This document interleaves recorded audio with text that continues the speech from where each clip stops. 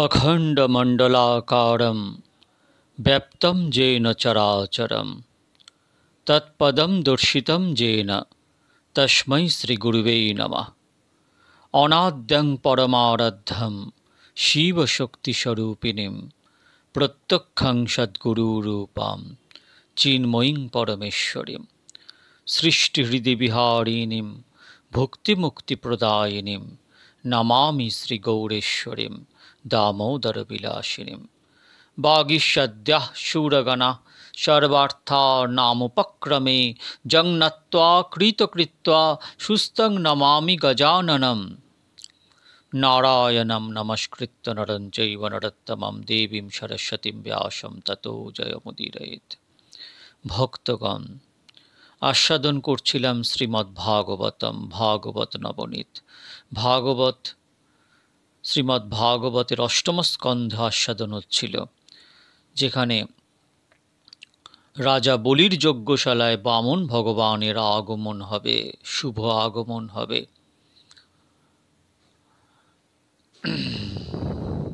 মন দিয়ে, প্রাণ দিয়ে ভাগবত কথা শ্রবণ করুন। ভাগবত শ্রবণ মঙ্গলম। জয় জয় বামন ভগবানের জয়। বলি দ্বারা অশ্বমেধ যজ্ঞের অনুষ্ঠান হচ্ছে, তা শ্রবণ করে বামন ভগবান নর্মদার উত্তর তটে ভৃগুকচ্ছ নামক স্থানে বলির নিকট গমন করলেন। সেখানে উপস্থিত সকলে বামনজিকে দর্শন করে মুগ্ধ হলেন। সূর্যের মতো তেজ, হস্তে দণ্ড, ছত্র, সজল কমণ্ডলু সহ বামনজি যজ্ঞ মণ্ডপে প্রবেশ করলেন। তার সেই ব্রহ্মতেজের সম্মুখে যাজ্ঞিক, যজমান বলি ও অন্যান্য সকলের তেজ ক্ষীণপ্রভ হয়ে গেল। বলিরাজ বামনদেবকে অতীব হৃষ্টচিত্তে উত্তম আসন দিয়ে রানী বিন্ধ্যাবলী সহ বামনদেবকে স্বাগত সম্ভাষণ ও বন্দনা করে তাঁর চরণদ্বয় প্রক্ষালন করে পূজা অর্চনা করলেন এবং পাদোদক মস্তকে ধারণ করলেন। বামন ব্রহ্মচারীকে দর্শনের জন্য বিন্ধ্যাবলীর সখীগণ উপস্থিত হয়ে আনন্দের সঙ্গে বলতে লাগলেন, এমন বালক যে মায়ের কোলে জন্মগ্রহণ করেছে, সেই মায়ের কতই না আনন্দ হয়েছে। বলি মহারাজ যখন ব্রহ্মচারীর চরণ সেবা করছেন, তখন ব্রাহ্মণরা বেদমন্ত্র পাঠ শুরু করলেন। যার চরণ সেবা করা হয় তার পুণ্য নাশ হয়, যে ব্যক্তি চরণ সেবা করেন তার পুণ্য বৃদ্ধি হয়। বামনজির চরণ অতি কোমল, চরণে স্বস্তিক কোমলের চিহ্ন, চরণের নখ রত্নের মতো জ্যোতিপূর্ণ। রাজা বলি বললেন, আজ আমি পবিত্র ধন্য, আমার জীবন এবং এই যজ্ঞ সকল ধন্য। আপনার দর্শনের পরে আমার হৃদয়ে এমন প্রেম জাগ্রত হয়েছে যে আমার রাজ্য আপনাকে অর্পণ করার ইচ্ছা হচ্ছে। যেখানে প্রেম অধিক সেখানে নেবার ইচ্ছা হয় না, দেবার ইচ্ছা হয়। বামন ভগবানকে দর্শন করে বলির হৃদয়ে এত প্রেম জাগ্রত হলো, তিনি তার রাজ্য পর্যন্ত তাকে অর্পণ করতে প্রস্তুত হলেন। ভগবান বামনজি হয়তো তার তখন মনে মনে ভাবছেন, তোমার সব কিছু নিতেই তো এসেছি, তবে প্রধান উদ্দেশ্য হলো তোমাকে অসীম কৃপা করা। রাজা বলি পুনঃ অনুরোধ করে বলেন, হে পূজ্যতম, ধেনু কাঞ্চন ভোগ উপকরণ যুক্ত গৃহ, অন্নকন্যা গ্রাম অশ্ব গজ বা রথ, যা কিছু বাঞ্ছা করেন তাই আমি দান করতে প্রস্তুত আছি। গাং কাঞ্চনং গুণবদ ধাম মৃষ্টং তথান্নপেয় মুতৌ বা বিপ্রকন্যাম গ্রামান সমৃদ্ধ্যাং স্তরগান গজান বা রথাংস্তথার্হত্তমা সম্প্রতিচ্ছ। ভাগবত অষ্টম স্কন্ধের 18তম অধ্যায়ের 32তম শ্লোক। কারো নিকট হতে কিছু যাচনা করতে হলে প্রথমে তার একটু প্রশংসা করতে হয়। প্রশংসা মিশ্রির চেয়েও অধিক মিষ্টি বোধ হয় অনেকের। তাদের হৃদয় প্রশংসায় যেন বিগলিত হয়ে পড়ে। যার কাছে যাচনা করা হচ্ছে শুধু তাকেই নয়, তার মাতা পিতাকেও প্রশংসা করতে হয়। অধিক কি, আজকাল ধনী ব্যক্তির গৃহে তার স্ত্রীর আধিপত্য থাকে, তাই তার স্ত্রীর প্রশংসা করলে সম্পদ অধিক প্রাপ্তির আশা। এই কুশলতা ও শিক্ষা যেন বামনজি জগৎকে দেখিয়ে গেছেন। শ্রী সুখদেবজি মহারাজ বললেন, বিরোচন পুত্র বলির প্রিয় বাক্য শ্রবণ করে বামন ভগবান প্রীত হলেন। তিনি বলির এবং পূর্বপুরুষদের প্রশংসা করে বলতে লাগলেন, আপনার বাক্য সত্য। আপনার পিতামহ প্রহ্লাদ ছিলেন পরম ধার্মিক, মহান ভক্ত। এই কুলে কোনো কৃপণ ব্যক্তি জন্মগ্রহণ করেননি। কোনো যাচককে দিব বলে প্রতিশ্রুতি হয়ে পরে দিব না বলে যাচককে প্রত্যাখ্যান করেনি, দান কার্য হতে বিরত হননি। এই বংশ সামান্য নয়। প্রহ্লাদজির বাক্য সত্য করার জন্য ভগবান স্তম্ভ হতে প্রকাশিত হয়েছিল।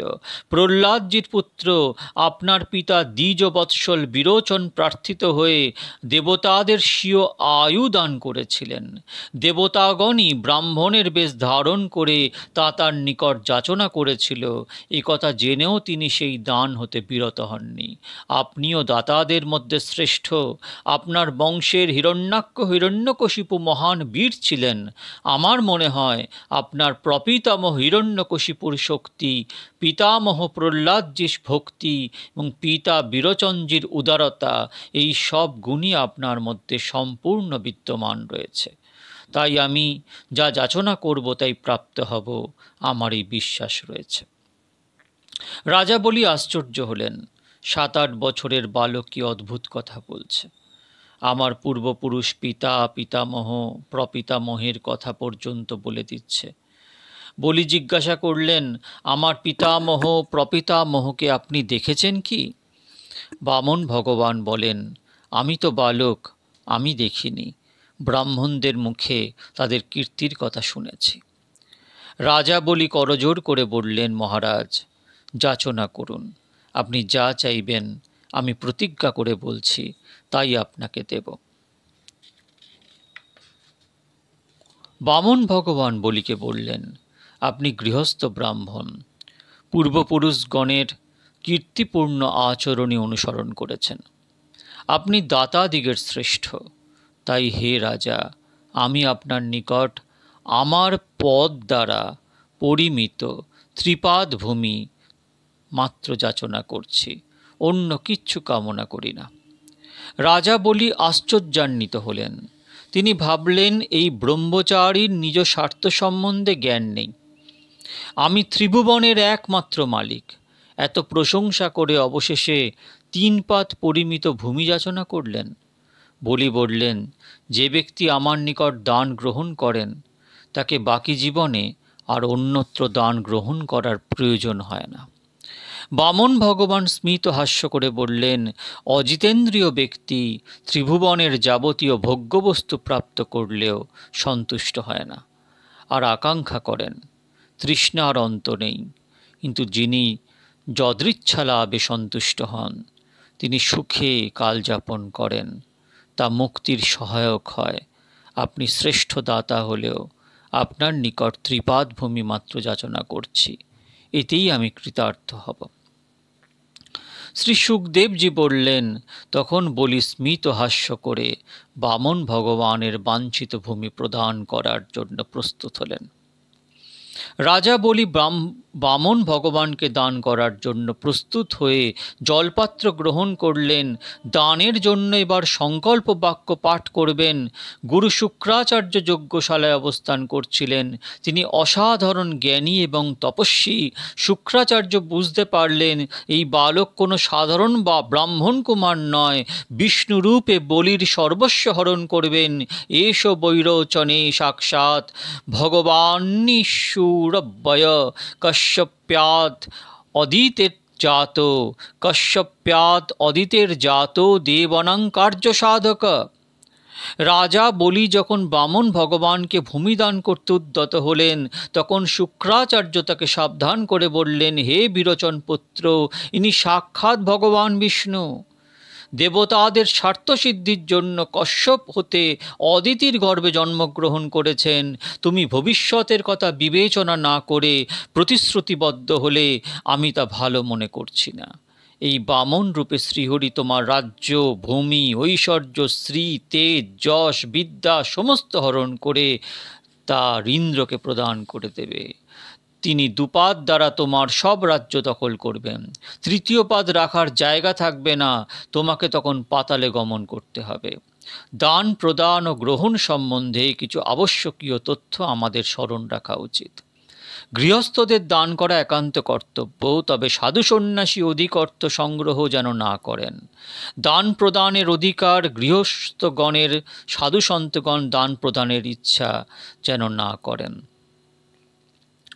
গৃহস্থের আঙ্গিনায় কোনো ব্রহ্মচারী, সাধু, সন্ন্যাসী এলে তার যথাযোগ্য সম্মান করা গৃহস্থের কর্তব্য, কিন্তু অতিরিক্ত মাত্রায় দান করা ঠিক নয়। দানে মনের শুদ্ধি হয় না, দান বিবেকের সঙ্গে তৎজ্ঞানে করা উচিত। স্নানে শরীর শুদ্ধি হয়, দানে ধন শুদ্ধি হয়, ভগবত ধ্যানে মন শুদ্ধি হয়। কোনো ধনী লোক কখনো অনেক দান করেন, ভালো কথা, কিন্তু স্মরণ রাখা উচিত দানে মন শুদ্ধি হয় না। গৃহস্থের দান করা কর্তব্য, কিন্তু এমন অতিরিক্ত দান করা উচিত নয় যাতে দানের ফলে নিজ গৃহের সন্তান সন্ততিকে আর্থিক দুঃখ কষ্ট ভোগ করতে হয়। দান দ্বারা ধনের শুদ্ধি করার প্রক্রিয়া আছে। যদি 100 টাকা গৃহে আয় হয়, তাহলে তা থেকে 20 টাকা দানের জন্য, অর্থশুদ্ধির জন্য পৃথক করে রাখা কর্তব্য। যার ধন শুদ্ধ নয় তার ব্যবহার শুদ্ধ হয় না। ব্যবহারের ধর্মই প্রধান। তাই ধন উপার্জন করে সেই ধনের পঞ্চমাংশ ধর্মীয় কার্যে ব্যয় করুন। ভাগবতের নির্দেশ, সৎ উপার্জিত ধনের পঞ্চমাংশ ভগবৎ সেবা, ধর্মকর্ম পালন এবং পরোপকারের জন্য পৃথক করে রাখুন। সাধারণ মানুষ অনেক সময় বুঝতে পারে না যে কত ধন অশুদ্ধ উপায়ে অর্জিত হলো। তারপর ওই ব্যক্তিদের চরম দুঃখ কষ্ট প্রদান করে ওই ধন আবার ক্ষয় হয়ে যায়। মনু মহারাজ এই নিয়মকে সামান্য পরিবর্তন করেছেন। তিনি বলেছেন পঞ্চমাংশ নয়, দশমাংশ পৃথক করে রাখতে। তিনি জানতেন কলিযুগে দুর্মূল্য অধিক হবে, তাই তিনি এরূপ পরিবর্তনের প্রয়োজন বোধ করেছিলেন। ভাগবতে কামায় শব্দের উল্লেখ রয়েছে, অর্থাৎ গৃহস্থ লৌকিক সুখ ভোগে সামান্য ধন উপযোগ করতে পারেন, তা পাপ নয়। তবে বিবেকের সঙ্গে ধন উপযোগ হওয়া চাই। ফ্যাশন ও ব্যসনে অনেক লোক অর্থ ব্যয় করে থাকে, তা উচিত নয়। অর্থ শ্রী লক্ষ্মী মাতার স্বরূপ, তার অনাদর করা হলে তিনি অভিশাপ প্রদান করেন। গৃহস্থকে উপার্জিত ধনের এক অংশ সঞ্চয় করা কর্তব্য। তা করলে বৃদ্ধাবস্থায় পুত্রের নিকট অর্থ যাচনা করার প্রয়োজন হয় না। কলিযুগে অনেক পুত্রই পিতামাতার সেবা করে না, যা অর্থপ্রাপ্তির হয় তা স্ত্রীকে প্রদান করে। ভবিষ্যতের কথা স্মরণ করে অন্তত সামান্য অর্থ সঞ্চয় করা কর্তব্য। হ্যাঁ, সঞ্চয় করুন, তবে অতি সঞ্চয় করা উচিত নয়। অতি সংগ্রহে বিগ্রহ অর্থাৎ নানা রকমের বিঘ্ন উৎপন্ন হয়। অর্থ উপার্জন করার চেয়েও উপার্জিত ধনসৎ উপযোগ করাও কঠিন কাজ।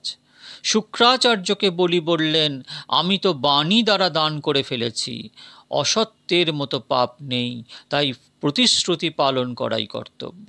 শুক্রাচার্য বললেন, প্রাণ সংকটে গো ব্রাহ্মণের প্রাণবধ হবার সম্ভাবনা হলে মিথ্যাবাক্য দোষ বলে গণ্য হয় না। এখানে লক্ষণীয় যে শ্রী সুখদেবজি মহারাজ তা বলেননি, একথা বলেছিলেন অসুরদের গুরু শুক্রাচার্যজি।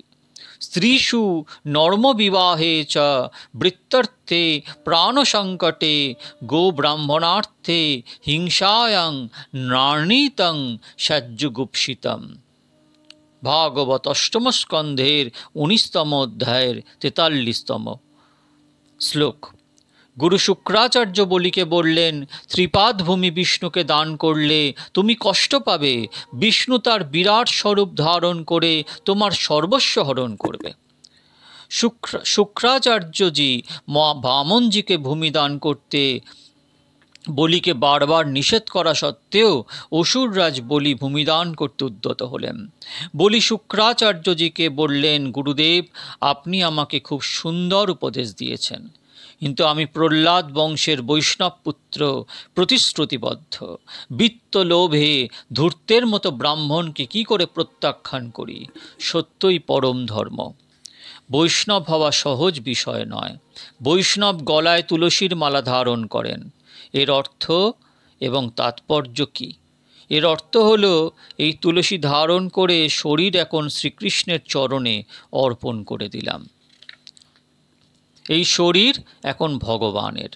শরীর দ্বারা এখন আর বিষয় ভোগ করা চলবে না। এই শরীর ভগবানকে ভক্তি করার জন্য, পরোপকার করার জন্য। এটাই নিয়ম। যে বস্তুতে তুলসীপত্র রাখা হয়, সেই নিবেদিত বস্তু শ্রীকৃষ্ণের, তাকে অর্পণ করা হয়ে গেল। সেই শ্রীকৃষ্ণ অর্পিত বস্তুর উপর আমার বস্তু, এই চিন্তা করা উচিত নয়। মানুষ শরীর ভগবৎ প্রাপ্তির জন্য, ভোগের জন্য নয়। তাই ভক্ত প্রার্থনা করে, দৃঢ় ভাবনাও রাখেন যে, হে ভগবান, আমি আপনার শরণে এসেছি। আমার শরীর, ইন্দ্রিয়, প্রাণ যা কিছু এতদিন আমি এবং আমার বলে অভিমান করেছি, সেসব কিছুই আপনার শ্রীচরণে অর্পণ করে দিলাম। এখন আমি শুধুমাত্র আপনার। রাজা বলি মনে করলেন, ভগবান বিষ্ণু যদি আমার সর্বস্ব গ্রহণ করেন, তাতে আমি রাজ্য, ভূমি, ঐশ্বর্য, শ্রী, তেজ, যশ হারিয়ে সর্বহারা হয়ে যাই, তবুও শান্তি পাব। আসলেও তাই হলো। যিনি সম্পত্তিকে সদ উপযোগ করেছেন, বিপত্তির মধ্যেও যিনি শান্তি লাভ করেন, কিন্তু যিনি সম্পত্তিকে দুরুপযোগ করেন, তার নিকট অনেক সম্পত্তি থাকা সত্ত্বেও শান্তি লাভ করতে পারেন না। কারোর মনেই প্রশ্ন উঠতে পারে, দাতা বড় না দান গ্রহীতা বড়? উত্তর, দাতাই বড়।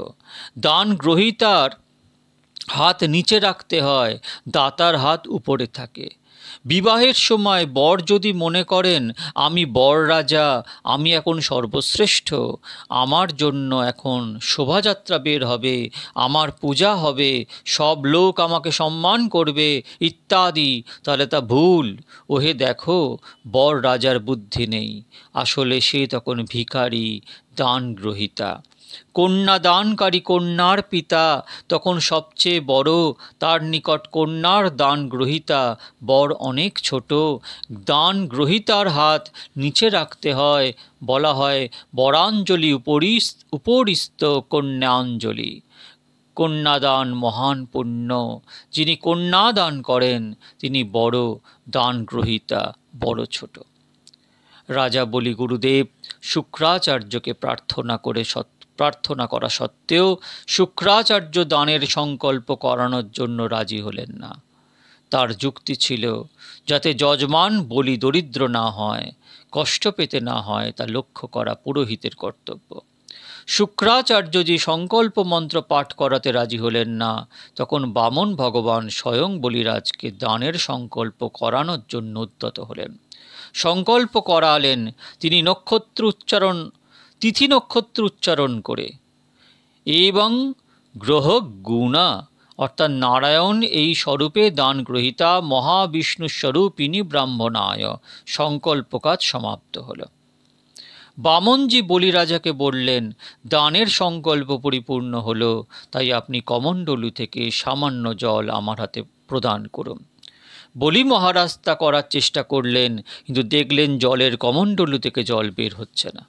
এর কারণ ছিল শুক্রাচার্য সূক্ষ্ম রূপে এর ভেতরে প্রবেশ করে জল যাতে বের হতে না পারে, তার জন্য জল নিকাশের পথ বন্ধ করে রেখেছিল। বামনজি সব বুঝতে পারলেন। তিনি একটি দুর্বার শলাকা দ্বারা সেই ছিদ্র পথে সজোরে আঘাত করলেন। তাতে সূক্ষ্মরূপে অবস্থানরত শুক্রাচার্যের একটি চোখ বিদীর্ণ হয়ে গেল। এখানে লক্ষণীয় যে বামনজি শুক্রাচার্যের একটি চক্ষু বিদীর্ণ করলেন, দুটি নয়, সমদৃষ্টি রাখার জন্য তাকে সতর্ক করে দিলেন। সমদৃষ্টি মানে সবার মধ্যে এক ভগবান রয়েছেন তা অনুভব করা। আমি যার জপ ধ্যান পূজা অর্চনা করছি, তিনি শুধু এক স্থানে নন, সর্বব্যাপী, সকলের ভিতরে বাহিরে অবস্থান করছেন। এইরূপ দৃঢ় ভাবনাই সমদৃষ্টি। সাধকের দৃষ্টিতে বিষমতা না রেখে সমতা রাখতে হবে। সুখদেবজি বললেন, গুরু শুক্রাচার্য তখন শিষ্যকে অভিশাপ প্রদান করে বললেন, তুই নিজেকে অতীব বিজ্ঞ মনে করছিস? নম্রতা পরিত্যাগ করে আমাকে উপেক্ষা করলি, আমার নির্দেশ লঙ্ঘন করলি, তাই ত্রিলোকের রাজ্য হতে তোকে ভ্রষ্ট হতে হবে। মহামতি বলি গুরু কর্তৃক অভিশপ্ত হয়েও সত্য থেকে চ্যুত হলেন না, বিচলিতও হলেন না, প্রার্থিত ত্রিপাদ ভূমি দান করলেন। স্ত্রী বিদ্যা বলি এবং বলি উভয়ে সুবর্ণের কলসের জল দ্বারা আনন্দের সঙ্গে বামন দেবের শ্রীচরণ প্রক্ষালন করে সেই জল মস্তকে ধারণ করলেন। দেবতা, গন্ধর্ব, সিদ্ধ, চারণ সকলে বলির প্রশংসায় মুখর হয়ে তার মস্তকে পুষ্প বর্ষণ করলেন। এমন সুদুষ্কর কার্য কে করতে সক্ষম? সত্য রক্ষার জন্য বলি শত্রুকেও ত্রিভুবন দান করলেন। এবার শ্রীহরির সেই বামন মূর্তি বর্ধিত হতে লাগলো। সেই বিরাট দেহ অর্থাৎ বিশ্বরূপ ভূমি আকাশ সর্বদিকে বিস্তৃত হলো। বলি শ্রীহরির সেই বিশ্বরূপ দর্শন করলেন। তদ বামনং রূপম বর্ধতাদ্ভূতম হরের নন্তস্য গুণত্রয়াত্মকম ভুক্ষং দিশো দৌবীর বরা পয়োধ্যয়োস্তিং ঋণুদ্দেবা ঋষয় যদাশত। ভাগবত অষ্টম স্কন্ধের 20তম অধ্যায়ের 21তম শ্লোক। শ্রীহরির এক পদ দ্বারা এই সমগ্র পৃথিবী অধিকার করলেন, দ্বিতীয় পদ দ্বারা স্বর্গলোক অধিকার করলেন। ব্রহ্মাজি বামন ভগবানের চরণ পূজা করলেন। এই দুপদ দ্বারা ভগবান বলির সমগ্র রাজ্য দখল করলেন। তৃতীয় পদ স্থাপনের আর অনুমাত্র স্থান রইল না। তখন বামনজি রাজা বলিকে জিজ্ঞাসা করলেন, রাজন, আমার এক পদ ভূমির গ্রহণ কার্য এখনো বাকি। তখন বলি ক্ষণকাল মৌন অবলম্বন করলেন, যেন একটি বিচলিত হলেন। তখন অসুররা অতীব ক্ষুব্ধ হয়ে বিভিন্ন অস্ত্র ধারণ করে বামন দেবকে বধ করার জন্য ধাবিত হল। বিষ্ণু পার্ষদগণ সকল আসরি সেনাদের বধ করতে লাগলো। তখন বলি নিজের ক্ষুদ্র অনুচরদের হত্যা করা হচ্ছে দেখেও তাদের যুদ্ধ করতে নিষেধ করতে বললেন। তোমরা এখন যুদ্ধ করো না, নিবৃত্ত হও। সময় বা কাল এখন আমাদের অনুকূল নয়। কালরূপী ভগবান পূর্বে আমাদের অনুকূলে ছিলেন, এখন প্রতিকূল হয়েছেন। বল, বুদ্ধি বা অন্য কোনো উপায়ে কালকে অতিক্রম করা যায় না। দৈব প্রসন্ন হলে আমরা পুনর্জয়ী হব। ততক্ষণ পর্যন্ত অপেক্ষা করো। বিষ্ণু পার্ষদদের আক্রমণে অসুররা রসাতলে প্রবেশ করল। পক্ষীরাজ গরুর প্রভুর ইঙ্গিতে বরুণ পাশ দ্বারা বলিকে বন্ধন করলেন। গরুর বুঝতে পারলেন সর্বপ্রকার অহংকার ত্যাগ করানোর জন্য প্রভুর এই লীলা। বলি বরুণ পাশে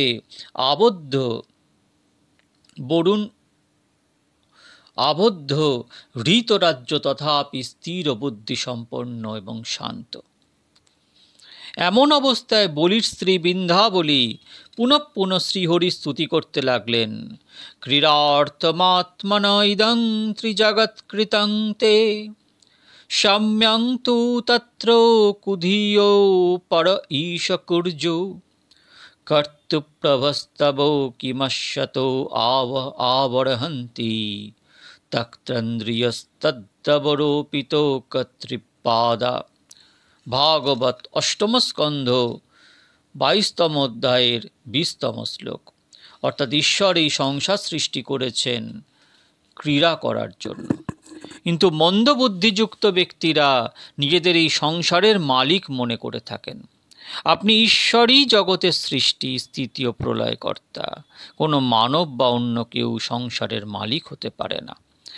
মানব এমন এক নিয়ম করে নিয়েছেন যে অনেক দিন এক গৃহে বাস করলে সেই ব্যক্তি সেই গৃহের মালিক হয়ে যায়, কিন্তু এই নিয়ম স্থায়ীভাবে প্রযোজ্য নয়।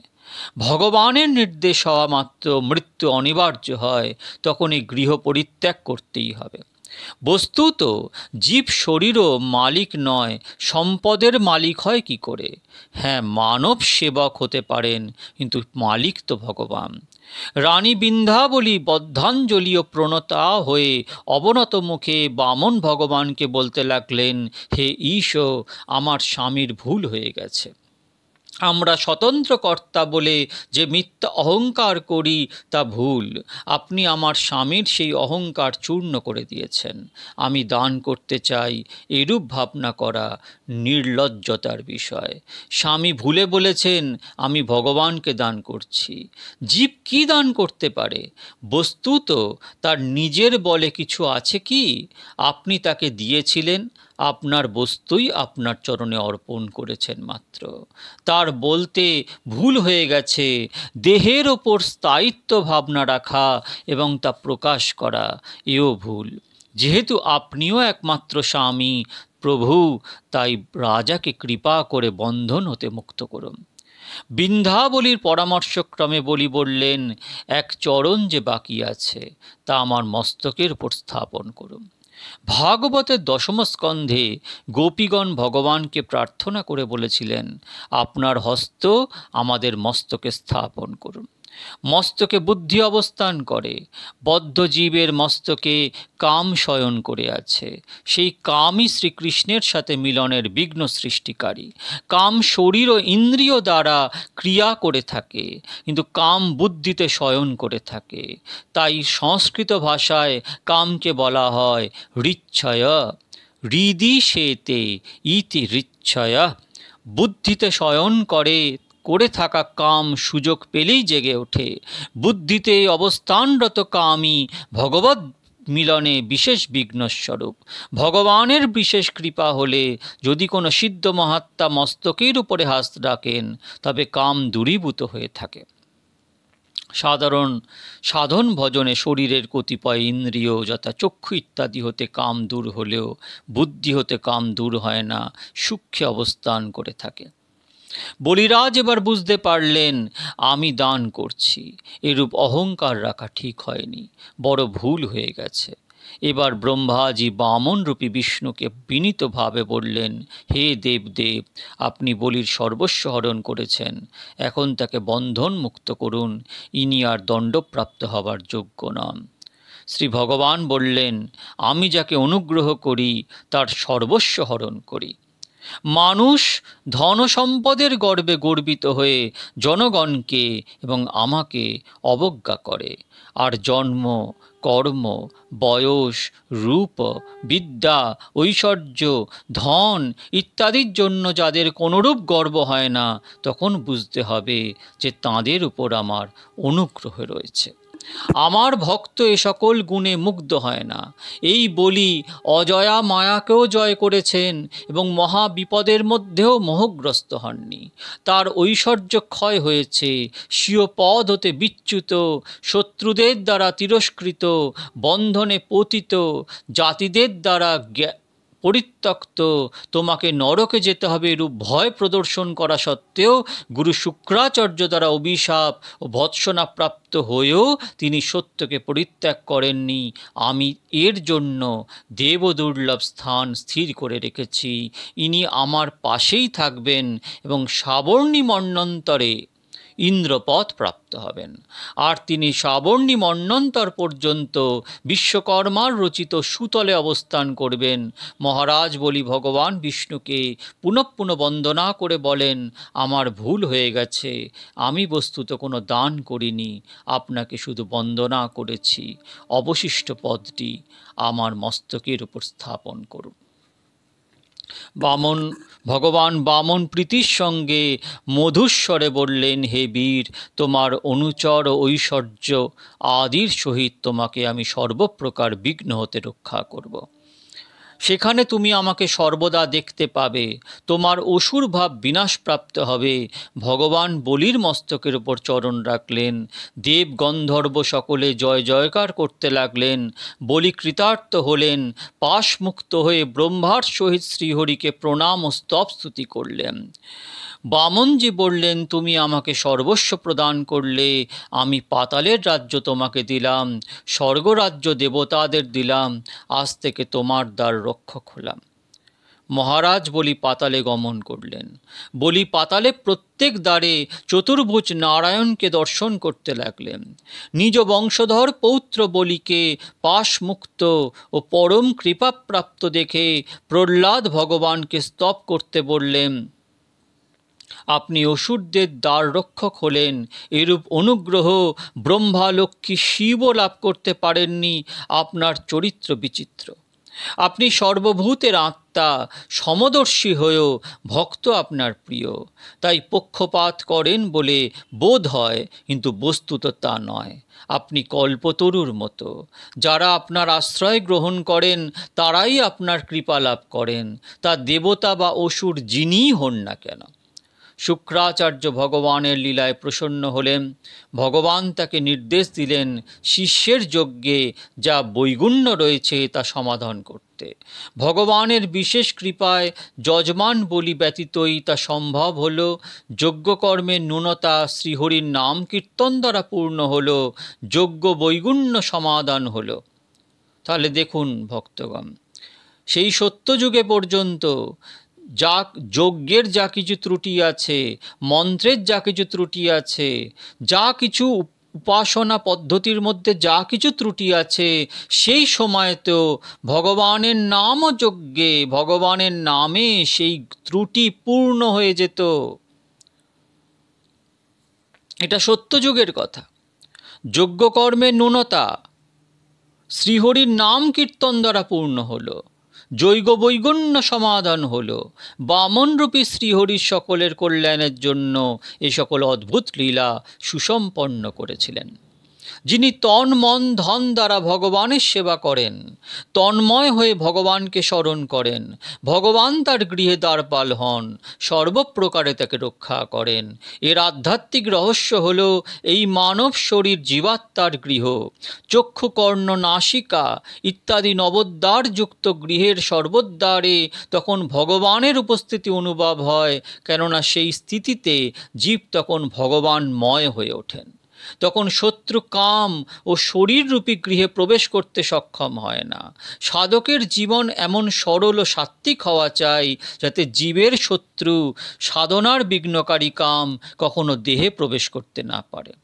যদি দুর্ভাগ্যক্রমে কাম ভিতরে প্রবেশ করে, তাহলে শুভবুদ্ধিকে বিনাশ করে, বাইরে বহির্গত হয়।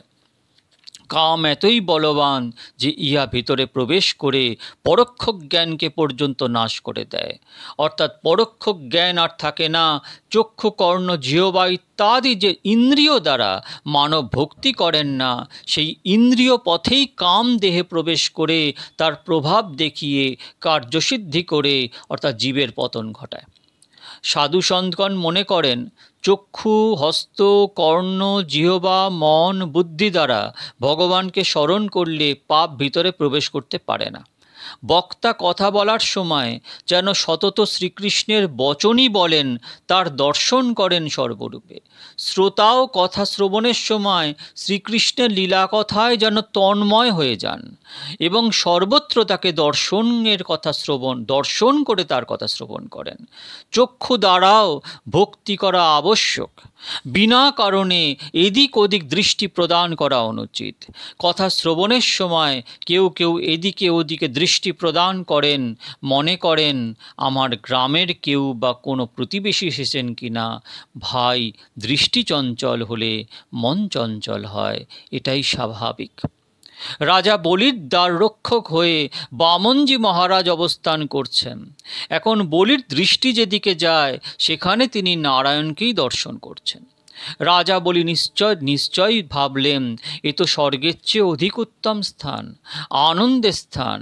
স্বর্গরাজ্য লাভ করে দেবতারা আনন্দিত হলেন। পাতাল রাজ্যে সতত হরিকে দর্শন করে বলির পূর্বাপেক্ষা অধিক আনন্দ হলো। এখন সকলেরই কেবল আনন্দ আর আনন্দ। মাতা মহালক্ষ্মী শ্রী নারদ মুনির নিকট নারায়ণের লীলা কথা শ্রবণ করলেন। তিনি শুনলেন যে ভগবানকে বলি সর্বস্ব দান করে দিয়েছেন বলে পাতাল রাজ্যে তিনি বলির দ্বারপাল হয়ে আছেন।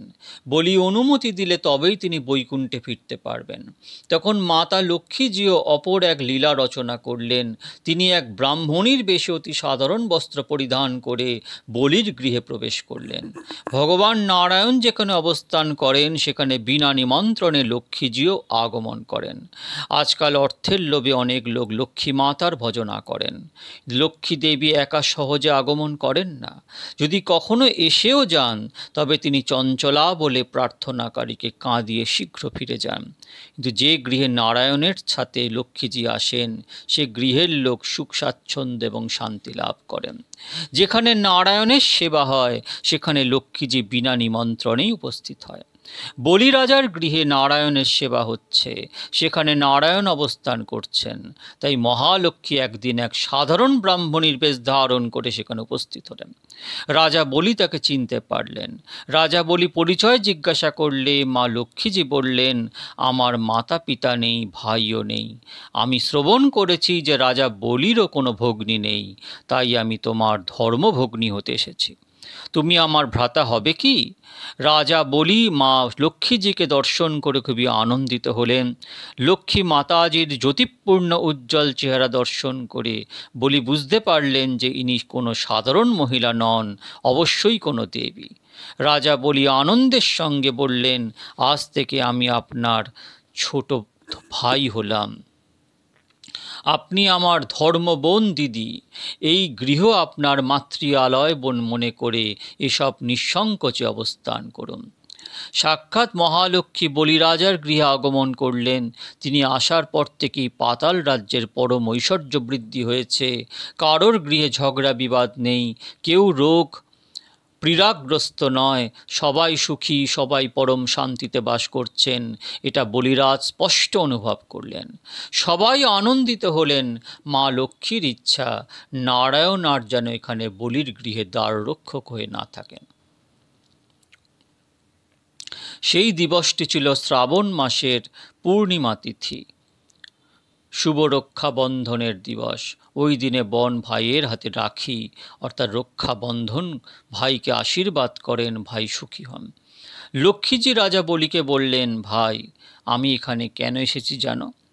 আজ তোমার হাতে রাখি বেঁধে তোমাকে আশীর্বাদ করব, তাতে তুমি চিরসুখী হবে। শ্রবণ করে রাজা বলির আনন্দের সীমা রইল না। রাজা বলি আনন্দের সাথে বললেন, দিদি তোমার গৃহে যে ধন বা অলংকার বা যা কিছু প্রয়োজন এখান থেকে নিয়ে যাও। লক্ষ্মীজি বললেন, এ সব কিছুই আমার গৃহে রয়েছে ভাই, একজনই নেই, তাই আমি দুঃখী। তোমার গৃহে তিনি রয়েছেন, তুমি ভাই তাকে দেবে কি? তোমার গৃহে এই যে দ্বাররক্ষক দাঁড়িয়ে তোমার সর্বস্ব রক্ষা করছেন, তাকে মুক্তি করে আমাকে দিবে কি ভাই? বলি রাজা জানতেন না যে ইনি সাক্ষাৎ লক্ষ্মী দেবী আর দ্বারপাল সাক্ষাৎ নারায়ণ। বলি রাজা জিজ্ঞাসা করলেন, দিদি এই দ্বারপালের সঙ্গে তোমার কি সম্বন্ধ, তাকে কেন প্রয়োজন?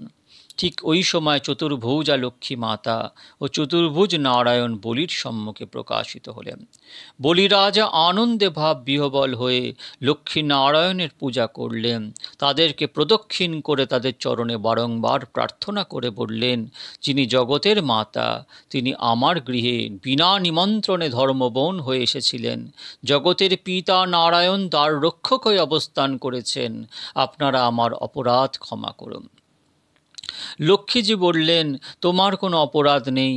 পতিদেব নারায়ণ তোমার ভক্তিতে আবদ্ধ হয়ে সেখানে রয়েছেন, তাকে মুক্ত করার জন্য এসেছিলাম। এবার লক্ষ্মী নারায়ণ উভয়ে বলিকে আশীর্বাদ করে বৈকুণ্ঠ ধামে ফিরে গেলেন। বামন চরিত্রের এই কথা বক্তা শ্রোতা উভয়ের পাপ বিনাশ করে থাকে। পিতৃপক্ষে এই বামন চরিত্রে লীলা কথা শ্রবণ করলে পিতৃগণ অত্যন্ত প্রসন্ন হন। ত্রয়োবিংশ অধ্যায়ে বামন চরিত্রে লীলা কথা বর্ণিত হল। চতুর্বিংশ অধ্যায়ে মৎস্য নারায়ণের কথা বর্ণনা করে অষ্টম স্কন্দের সমাপ্তি হবে। দক্ষিণ ভারতে ত্রিবান্দ্রম একটি প্রসিদ্ধ তীর্থস্থান। কৃতমালা ত্রিবান্দ্রমে নদীর তটে ভগবান মৎস্য অবতার রূপে আবির্ভূত হয়েছিলেন। অদ্ভুত কর্মা শ্রীহরি মায়ার সাহায্যে মৎস্যরূপে সেখানে প্রকাশিত হয়েছিলেন। গোব্রাহ্মণ দেবতা সাধু বেদ ধর্ম অর্থ রক্ষার জন্য ভগবান তনু ধারণ করে থাকেন। গুণের তারতম্যের জন্য কোনো জীব উৎকৃষ্ট আবার কোনো জীব নিকৃষ্ট যোনিতে জন্মগ্রহণ করেন। ঈশ্বর বায়ুর ন্যায় জীবদের মধ্যে আবির্ভূত হলেও উৎকৃষ্ট এবং অপকৃষ্ট এসব দ্বারা ভগবান লিপ্ত হন না, তাকে তা স্পর্শ করে না। সৎকর্ম এবং সাধন ভজনে আত্মসন্তুষ্টি হওয়া উচিত নয়। ভোজনে ও সাংসারিক সুখে সন্তোষ থাকা, কিন্তু ভক্তি ও সাধন ভজনে আগ্রহ প্রবল ইচ্ছা রাখা। সত্যব্রত মনু মহারাজ কৃতমালা নদীর তটে শুধু জলপান করে দেহধারণ পূর্বক তপস্যা করতেন, নারায়ণের ভজন করতেন। শ্রীহরি তাকে মনুপদ প্রদান করেছিলেন। যে হাতে সৎকর্ম করা হয় সেই হাতে লক্ষ্মী এবং নারায়ণ আসেন। তাই প্রভাতে কর দর্শন করে মন্ত্রপাঠ করা উত্তম। করো মধ্যে তু গোবিন্দ প্রভাতে কর দর্শনম। তার সেই কঠোর তপস্যার সময় একদিন সত্যব্রত রাজা কৃতমালা নদীর জলে তর্পণ করছিলেন। তর্পণ করার সময় অঞ্জলিতে একটি মৎস্য তার হাতে আসে। সেই মৎস্যটি নারায়ণের অবতার রূপে অনেক লীলা করেছিলেন। সত্যব্রতজি মৎস্যটি প্রথমে কলসের জলে, পরে সরোবরের জলে, পরে অগাধ হ্রদে, পরিশেষে তাকে সমুদ্রে নিক্ষেপ করেছিলেন। পরিশেষে মৎস্যরূপী শ্রীহরিও সত্যব্রতের নিকট তার আসল স্বরূপ প্রকাশ করে তার হৃদয় গ্রন্থি ছেদন করেছিলেন। তাকে শ্রীহরির অক্ষয় অব্যর্থ জ্ঞান উপদেশ করেছিলেন। তিনি রাজর্ষি সত্যব্রতকে স্বীয় গুহ্য সাংখ্যযোগ ও ক্রিয়াযোগ বিষয় উপদেশ সমন্বিতা দিব্য মৎস্য পুরাণ সংহিতা উপদেশ করেছিলেন। তাহলে মৎস্য পুরাণে কি আছে না, শ্রীহরির অক্ষয় অব্যর্থ জ্ঞান উপদেশ। তিনি সত্যব্রতকে স্বীয় মানে নিজের অতিগুহ্য মানে গোপনীয় যে সাংখ্যযোগ ও ক্রিয়াযোগ, এই সাংখ্যযোগ ও ক্রিয়াযোগ মৎস্য নারায়ণ সত্যব্রত মনুকে শিক্ষা দিয়েছিলেন, উপদেশ প্রদান করেছিলেন, সেটা মৎস্য পুরাণে আছে।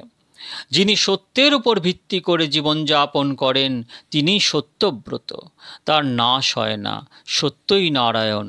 আমরা বিশ্বের কারণ সেই মায়া মৎস্য অবতারকে প্রণিপাত করছি। হরে কৃষ্ণ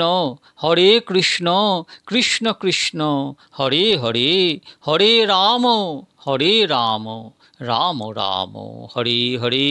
নিতাই গৌর রাধেশ্যাম। হরে কৃষ্ণ হরে রাম।